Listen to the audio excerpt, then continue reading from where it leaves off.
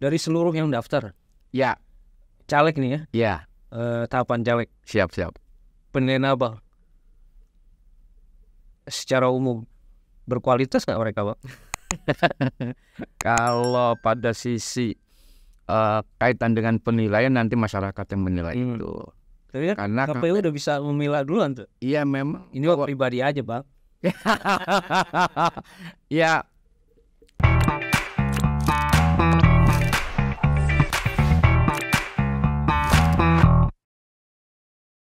Sahabat Banten Podcast, apa kabar? Cukup lama kita tidak berjumpa dan saat ini kita akan bahas sesuatu yang penting. Sudah hadir di studio Banten Podcast Pak Agus Muslim, Kadif Hukum dan Pengawasan. Assalamualaikum Bang Agus, apa kabar? Sahabat, beliau adalah yang punya hajat nasional di tahun depan, tinggal menghitung hari berapa hari lagi, 89 hari lagi, melibatkan seluruh rakyat Indonesia. Tentu saja kita akan bicara tentang pemilu 2024 di Provinsi Banten. Nah, Bang Agus, dari seluruh tahapan persiapan pemilu 2024, sekarang sudah masuk pada tahapan apa nih, Bang? Ya, terima kasih Bang. Assalamualaikum warahmatullahi wabarakatuh. Alhamdulillah, terima kasih. KPU Banten sudah diundang di podcastnya teman-teman di sini. Mudah-mudahan ini bisa menjadi mercusuar dalam melakukan edukasi kepada masyarakat, khususnya masyarakat Banten yang ada di 4 kota kabupaten, kaitan dengan pemilu di 2024 ini, Bang. Kita ada sekitar 5 bulan ya pasca dilantik. Kita dilantik pada tanggal 24 Mei 2023, jadi efektifnya mungkin 5-6 bulanan sehari ini. Kaitan dengan pemilu 2024 yang kalau di di kita itu waktunya 89 hari lagi. 89 hari lagi menuju hari H, 14 Februari 2024. Nah, tahapan-tahapan yang memang sudah kita lakukan itu memang sudah banyak ya. Diawali dengan penetapan peserta pemilu, baik itu DPR RI, DPD, baik di provinsi ataupun kota kabupaten. Penetapan dapil juga sudah kita tetapkan, penetapan daftar pemilih juga sudah kita tetapkan.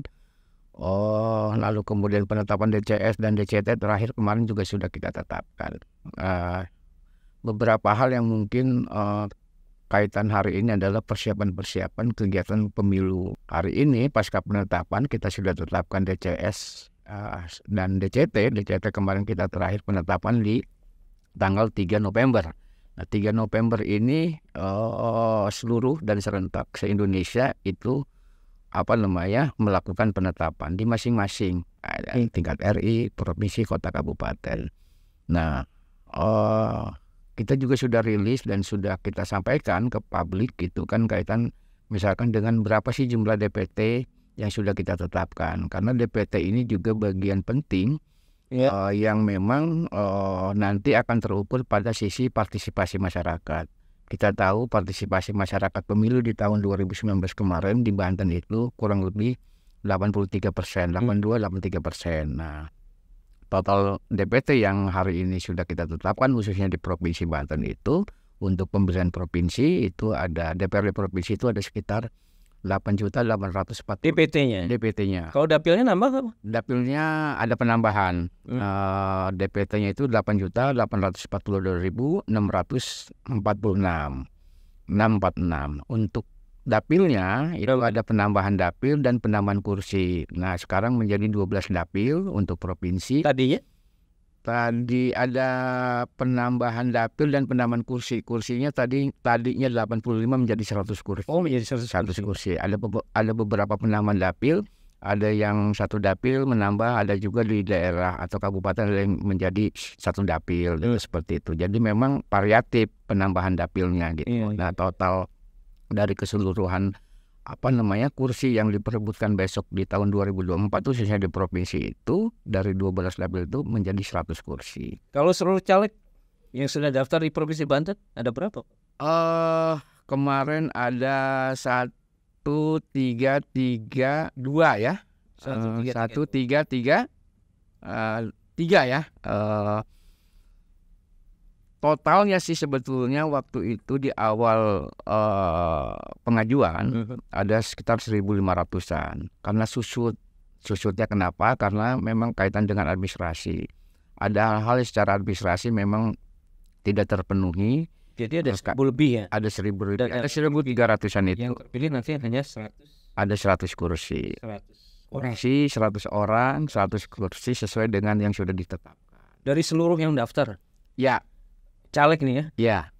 Tahapan caleg. Siap. Penilaian Abang secara umum berkualitas nggak mereka, Bang? Kalau pada sisi kaitan dengan penilaian nanti masyarakat yang menilai itu. Tapi kan karena KPU udah bisa memilah duluan tuh. Iya memang. Ini pribadi aja, Bang. Ya. Kalau kita melihat pada sisi regulasi. Pada sisi administrasi, selama memang keterpenuhan regulasinya masuk, lalu kemudian mekanisme tata cara prosedur yang mereka juga jalankan itu juga sesuai dengan mekanisme gitu kan. Kita ada juknis, ada juklaknya juga. Selama keterpenuhan administrasinya masuk, ya saya pikir ya pada sisi itu. Nah, kaitan dengan ada mantan elektabilitas ya kan, kaitan dengan ada mantan napi ya memang ada tidak banyak.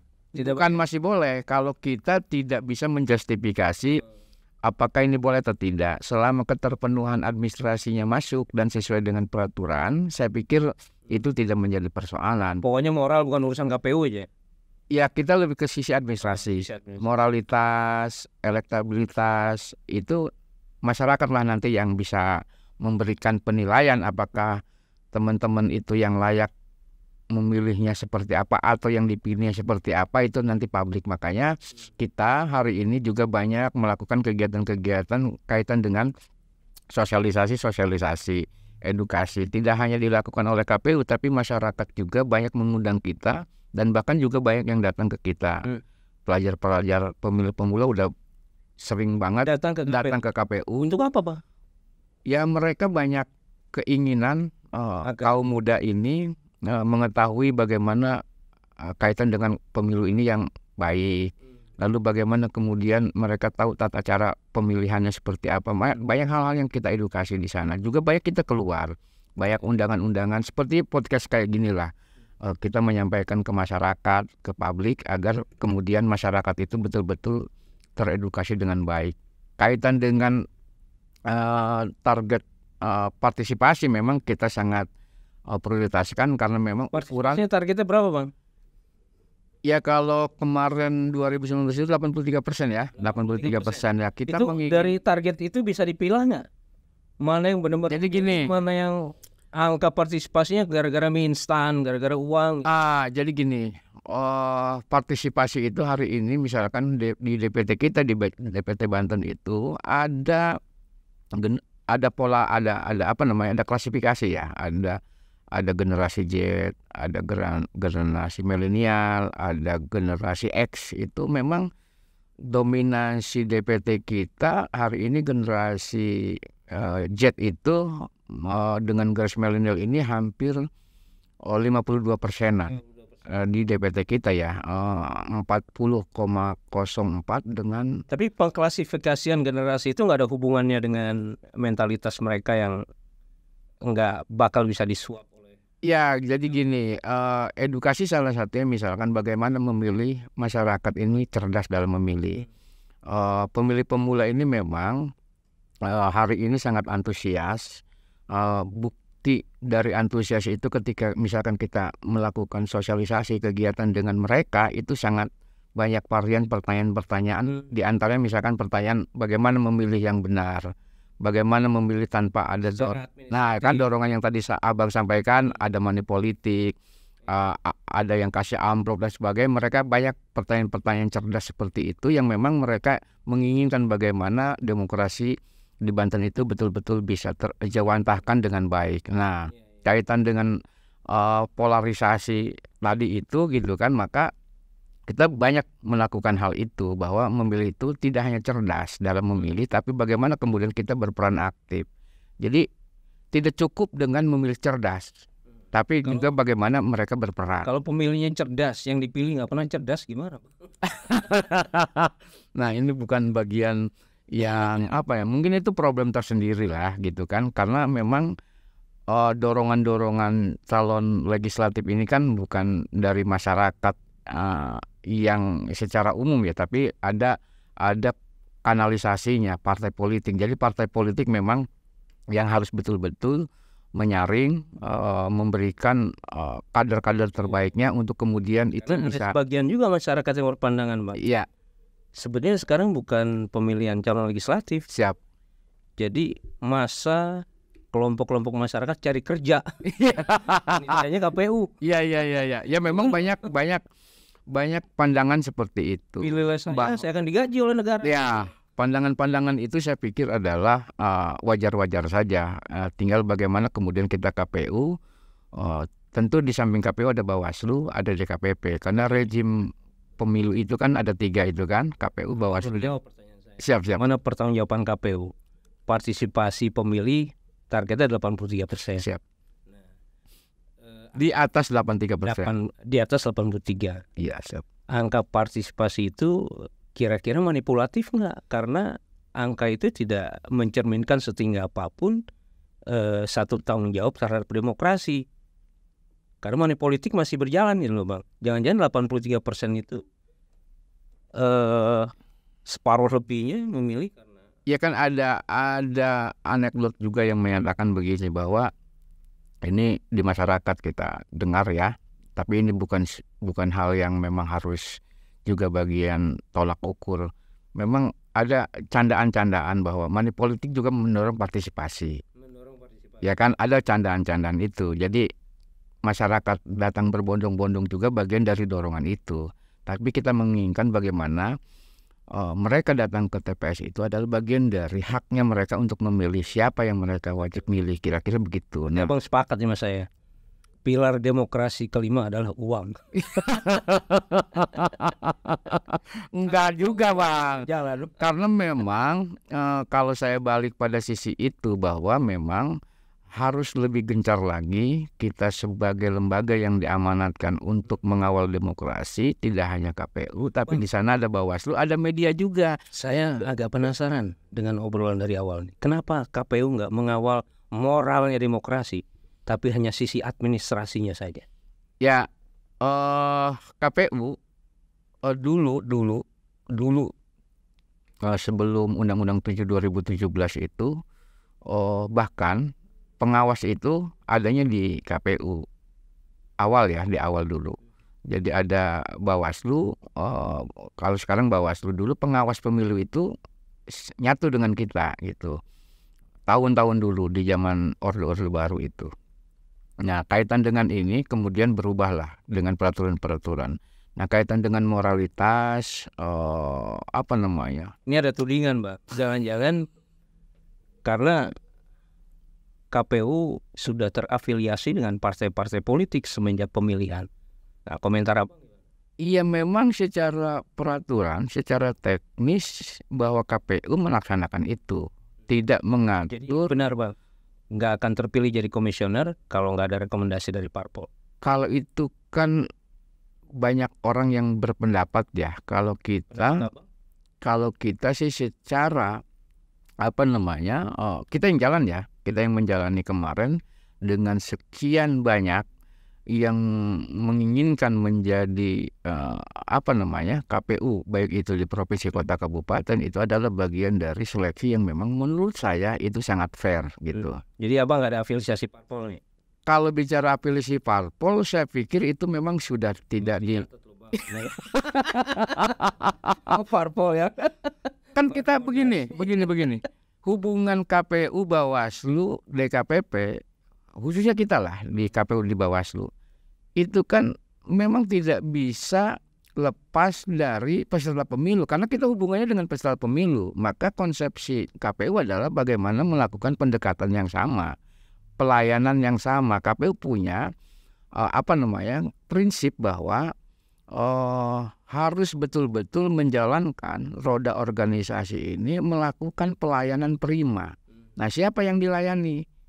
Peserta pemilu tentunya yang utama, yaitu partai politik. Selain itu ya publik. Siapa publik? Ya ada media massa, teman-teman jurnalis, LSM, ormas dan sebagainya, yang kemudian ketika KPU itu adalah bagian dari tugas kita, maka wajib kita melakukan pelayanan-pelayanan. Jadi kalau kita kemudian jauh dari partai politik, saya pikir juga salah juga gitu. Bagaimana kita mau melakukan pendekatan, memberikan sistem norma yang ada, peraturan-peraturan yang ada, sementara kita harus jauh dari sistem, kita harus jauh dari partai, enggak juga gitu. Maka ya, rekrutmen komisioner KPU itu harus sudah dekat dengan partai. Bukan pada sisi itunya, tapi memang kecenderungan bahwa kita harus melakukan tindakan dalam konteks menjalankan kelembagaan ini, kita nggak boleh jauh dari partai politik. Kalau jauh, kita bagaimana memberikan, bang ini nggak boleh loh bang, ini yang harus dilakukan, partai ini nggak boleh, kan kita harus dekat di situ.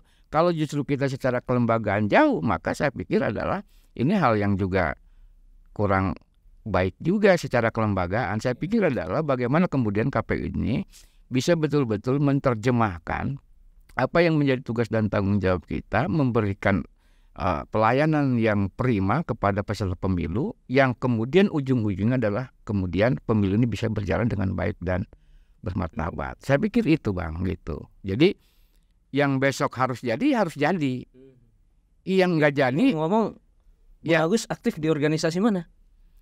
Kita Muhammadiyah. Ya, saya aktif di beberapa ormas organisasi kepemudaan di KNPI Banten dulu ya. KNPI ya, saya di Kota Tangerang, aktif juga di HMI dulu gitu kan, di masa mahasiswa gitu kan, aktif juga di beberapa NGO narkoba gitu kan, seperti itu aja gitu. Lebih ke banyak kegiatan-kegiatan yang sifatnya edukasi kepada masyarakat, mengajak gitu kira-kira. Nah, kita balik lagi ke tahapan pemilu dan tanggung jawab KPU. Siap. 12 hari lagi kampanye secara nasional. Siap. Sekarang nih masih bebas berkeliaran baligo yang nggak beraturan, siap, spanduk yang menyalahi aturan. Jadi masih didiamkan bang. Ini sebetulnya pertanyaannya harusnya ke Bawaslu yang begini-begini. Tapi saya coba. Tanya abang. Maksudnya gini, dulu karena saya juga di Bawaslu, dari 2013 saya di Bawaslu Kota Tangerang. 2013 saya ngawal Pilgub mengawal pemilu 2014, mengawal Pilgub 2017, mengawal pemilu Pilkada 2018 dan 2019 kemarin saya kawal juga berturut-turut. Kaitan dengan atribut yang memang itu tidak diperkenan dan belum diperkenankan, itu sebetulnya adalah kewenangan Bawaslu. Nah, Bawaslu juga punya keterbatasan. Nah, selama itu memang belum masuk masa kampanye, maka kewenangan itu adanya di pemerintah daerah. Dalam hal ini adalah Satpol PP. Nah, kita kemarin ketika di Bawaslu melakukan itu. Nah, hari ini juga kita ketika di KPU kita sampaikan ini ke publik. Ketika kita misalkan diundang oleh Kesbangpol, diundang oleh partai politik, diundang oleh teman-teman siswa, mahasiswa di kampus-kampus dan sebagainya, bahwa memang kampanye itu masanya adalah nanti di tanggal 28. Karena kalau dulu 3 hari sejak ditetapkan menjadi DCT dia boleh kampanye, karena memang kemarin ada peraturan kaitan dengan peraturan Perpu ya, yang kemudian berubah menjadi Undang-Undang 7 2023 misalkan. Akhirnya kampanye pergeserannya setelah ditetapkan 25 hari baru boleh kampanye. Untuk Pilpres 15 hari setelah kampanye baru boleh kampanye. Artinya ketemunya di tanggal 28 November. Nah, sebelum di 28 November itu ya memang tidak diperkenankan untuk kemudian mereka memasang atribut. Jadi ada alat peraga sosialisasi yang disebut APS, itu ada alat peraga kampanye APK. Nah, kaitan dengan itu kan partai politik setelah itu boleh melakukan kegiatan-kegiatan kampanye. Sekarang belum boleh ya? Belum boleh. Ada pertemuan terbatas, tatap muka gitu kan. Belum boleh aja udah melanggar. Gimana nanti kalau jadi, Bang? Nah, ini yang menjadi persoalan kita semua. Memang ketika ini regulasi sudah ditetapkan bahwa apa yang menjadi tugas kita, tidak hanya tugas KPU saja sebetulnya, tidak hanya tugas Bawaslu saja, tapi bagaimana elemen. Nah, ini juga banyak Bang laporan-laporan ke kita gitu kan. Mereka masih menganggap saya Bawaslu saja gitu Bang. Ini gimana nih? Banyak billboard, baleho, ya kan, kaitan dipasang di pohon, di pagar-pagar fasilitas umum dan pemerintah, misalkan itu masih nempel-nempel kayak gitu. Maka saya dorong itu untuk disampaikan ke Bawaslu gitu. Yang gitu-gitu juga kita sampaikan bahwa memang itu tidak boleh dan belum bisa dilakukan tindakan-tindakan semacam itu. Daerah takut Bang dengan partai politik. Ya, kita kurang tahu itu. Kalau sampai bermusuhan dengan parpol kayaknya nggak akan berkutik ketika siap. Ya, itu kan ini subjektivitas saja. Siap. Bang, dari seluruh baligo, spanduk, billboard, tema para caleg kita kan hebat-hebat tuh Bang.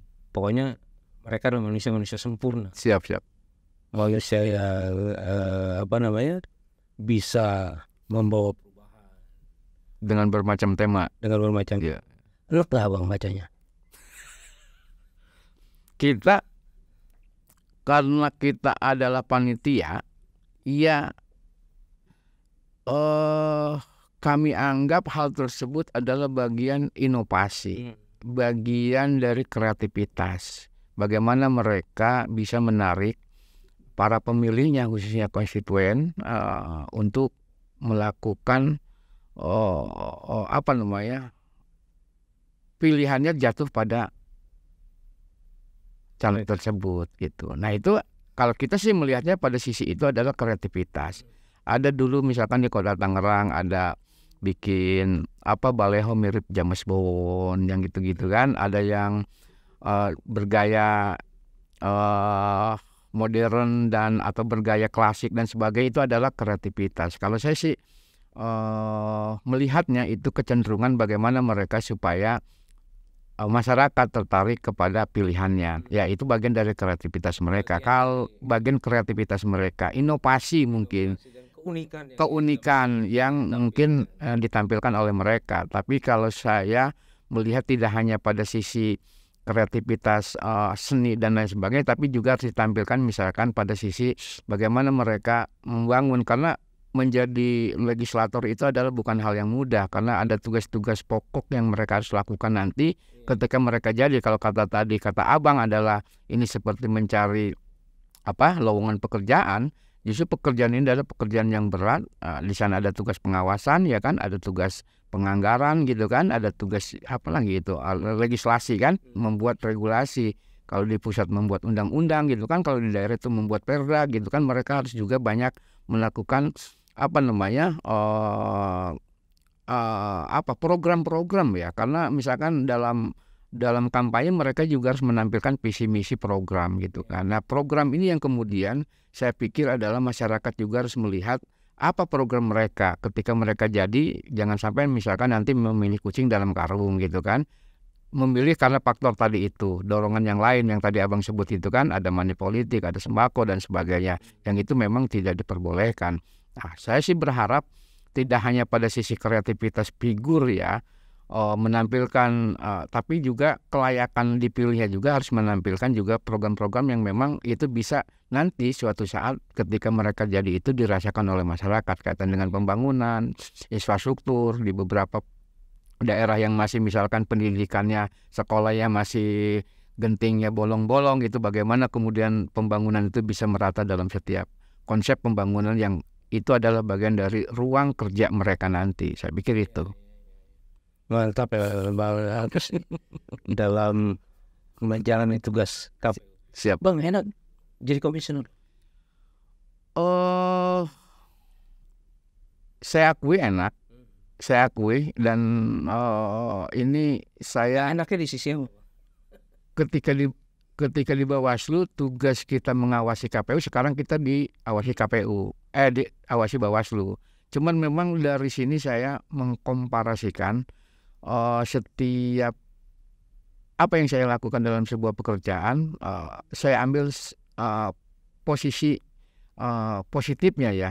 Di Bawaslu dulu positifnya apa, hari ini kita lihat positifnya apa. Nah, komparasi itu yang kemudian, karena memang di Bawaslu itu tugasnya mengawasi, kalau di KPU itu melulu teknis. Kalau kita salah dalam melakukan tindakan-tindakan teknis, maka berakibat kepada kode etik misalkan, tidak cermat, unprosedural, mekanisme dan sebagainya. Jadi memang kita harus rigid. Kalau di Bawaslu itu banyak banyak norma yang memang kalau bahasa kawan-kawan saya itu adalah Bawaslu itu karung goni. Artinya setiap apapun persoalan pasti bisa mengambil hukum dari apapun kaitan dengan pelanggaran-pelanggaran yang ada. Tidak cukup dan tidak hanya misalkan terbatas pada Undang-Undang 7 2017. Tapi bisa mereka misalkan ketika ada anak di bawah umur dilibatkan dalam kampanye, mereka menggunakan undang-undang kaitan dengan anak gitu kan. Kaitan dengan misalkan ASN, menggunakan undang-undang ASN keterlibatan. Jadi masih ada kampanye. Masih Bawaslu lebih luas lagi cakrawala untuk melakukan tindakan dalam konteks penegakan hukum pemilunya, seperti itu. Jadi Februari tahun depan kita masuk pada agenda pemilihan presiden. 14 Februari. Siap. Pilwalkot dan Pilbub siap. Di satu paket itu. Di satu paket kan. Satu paket itu. Bang, ngomong-ngomong, calon gubernurnya siapa nih? Makanya inilah calon gubernur ini yang jadi favorit. Ya kalau kita kan nggak boleh ini rahasia kita berdua aja. Ya artinya gini, kalau kita siapapun calonnya nanti, selama itu memang sesuai dengan aturan dan norma yang ada, saya pikir itu sah-sah saja. Oke. Terakhir Bang Agus, closing statement. Ya gini Bang, ini kita diundang di sini menginginkan hal yang sama dengan rekan-rekan jurnalis, menyuarakan hal yang sama bahwa pemilu ini hajat masyarakat, hajat rakyat, yang ini harus kita semua gembira. Jangan sampai besok di hajatan ini justru malah tidak bergembira. Dari kita, oleh kita, untuk kita, pemilu ini harus sukses. KPU punya tagline, pemilu ini adalah sarana integrasi bangsa. Maka jangan sampai besok pemilu di 2024 ini persoalan-persoalan politisasi sara, hoax, ujaran kebencian itu muncul kembali. Maka hal-hal kayak begitu KPU akan lakukan perlawanan melalui kegiatan-kegiatan edukasi yang lebih masif lagi. Jangan sampai dicederai oleh hal-hal yang tidak bermoral. Saya pikir itu oleh karenanya KPU mengajak bagaimana sekali lagi pemilu ini bisa damai, bisa aman. Yang jadi ya jadi, yang nggak jadi ya nunggu 5 tahun kembali. Siap. Bang Agus, makasih banyak. Siap. Kami dapat informasi banyak dan juga banyak dapat wawasan tentang kepemiluan. Semoga ini menjadi manfaat bersama. Amin. Terutama untuk sahabat Banten Podcast. Terima kasih. Assalamualaikum warahmatullahi wabarakatuh. Waalaikumsalam warahmatullahi wabarakatuh. Terima kasih ya Bang. Siap Bang Agus.